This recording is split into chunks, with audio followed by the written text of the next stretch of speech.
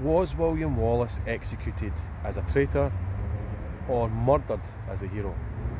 Now there's a question that will set a cat amongst the pigeons in some areas of the internet.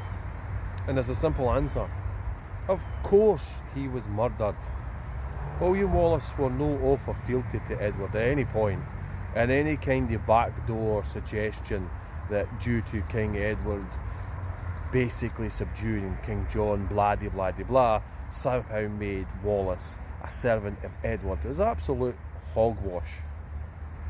Simply put, William Wallace was acting as Guardian of Scotland, a position he was appointed to as a soldier. And if you want to argue modern day standards that, well, Wallace deserved it because he ravaged the north, we could use the same statement of Edward when he sacked Berwick.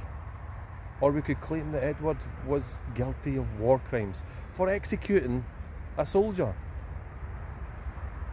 But the fact matter remains the same. William Wallace was murdered. He was murdered because he would not submit to Edward. He was murdered because Edward couldn't scare, buy or bribe Wallace into submission.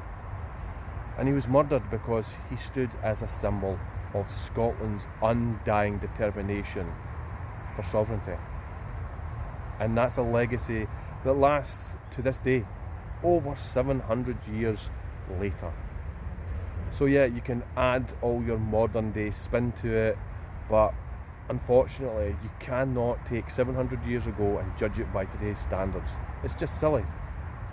But yeah, Wallace was murdered for his principles.